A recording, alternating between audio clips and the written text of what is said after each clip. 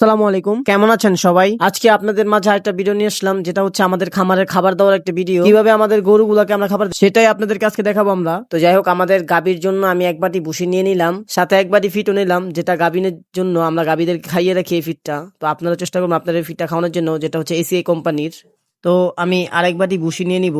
তো আমি ভুসিটা মিক্স করতেছি, এর কারণ হচ্ছে আমাদের একটা গাভীর জন্য। তো এই গাভীটাকে আমরা 3 বেলা খাবার দিই, আর কেন দিই সেটা বলতেছি। আমরা ঘাস খাবারটা একটু বেশি দেই, আর দানাদার খাবারটা পরিমাণ মতো দেই। তো যে মেডিসিনটা দেখতেছেন, এটা একটা পাউডার। তো এই পাউডারটা নিয়ে একটা ভিডিও দেওয়া আছে আমাদের ইউটিউব চ্যানেলে, আপনারা সবাই দেখে নিবেন। আমাদের ইউটিউব চ্যানেল আর ফেসবুক পেজের নাম হচ্ছে সালমান এগ্রো। আমাদের ভিডিওগুলো ভালো লাগলে লাইক, শেয়ার এবং সাবস্ক্রাইব করবেন। পাউডারটা এখন গাভীর জন্য আমি পরিমাণ মতো নিয়ে নিয়েছি। আমি দানাদার খাদ্যটা মিলিয়ে নিচ্ছি ভালো মতো। তো আমাদের গাভীটার জন্য, আমাদের গাভীটা হচ্ছে 8 মাস 20-21 দিন রানিং প্রেগনেন্সি চলতেছে। তো আপনারা সবাই আমাদের গাভীটার জন্য দোয়া করবেন। একটা কথা সবসময় বলে রাখি, যেটা হলো মাশাআল্লাহ বলবেন। আমাদের খামার বা আমাদের গরুগুলোকে দেখলে অবশ্যই মাশাআল্লাহ বলতে ভুলবেন না। আমরা সবসময় আপনাদের খামার দেখলে অবশ্যই মাশাআল্লাহ বলি, আপনারা চেষ্টা করবেন। তো আমি এই গাভীটার কথাই বলেছিলাম, যে গাভীটা প্রেগনেন্ট। আলহামদুলিল্লাহ এই গাভীটাকে আমরা ঠিক মতো টেক কেয়ার করতেছি, আপনারা দোয়া করবেন এই গাভীটার জন্য। তো চারিতে যে পানিটা দেখতেছেন, সেটা হচ্ছে চিতারাবের পানি, আর সরিষার খৈর দেওয়া আছে চারিতে। সরিষার খৈর আর চিতারাব খাওয়ার কারণটা হচ্ছে গরুর যে বডিটা, এই বডিটা ফিট থাকে, যার কারণে আমরা দুধ টানার কারণে ভাঙে না। তো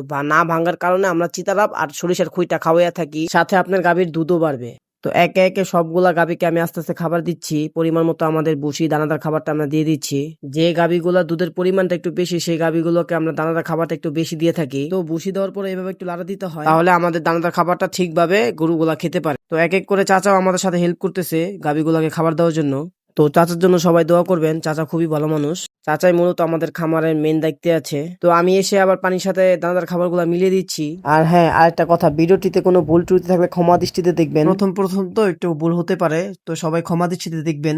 আলহামদুলিল্লাহ এই বাচ্চাটা দেখলে অবশ্যই মাশাআল্লাহ বলবেন। যে কোনো বিষয়ে মাশাআল্লাহ বলাটা খুবই গুরুত্বপূর্ণ। এটার মা গাভীটার 30 কেজি দুধ দেওয়ার রেকর্ড আছে। খুবই শীঘ্রই গাভী আর বাচ্চা নিয়ে একটা ভিডিও আসছে, ভিডিওটি অবশ্যই আপনাদের ভালো লাগবে। তো এখন যে বাচ্চাটা দেখতেছেন, এটা একটা ষাঁড় বাচ্চা। এই বাচ্চাটাকে আমরা প্রতিদিন 1.5 কেজি দানাদার খাবার দেই।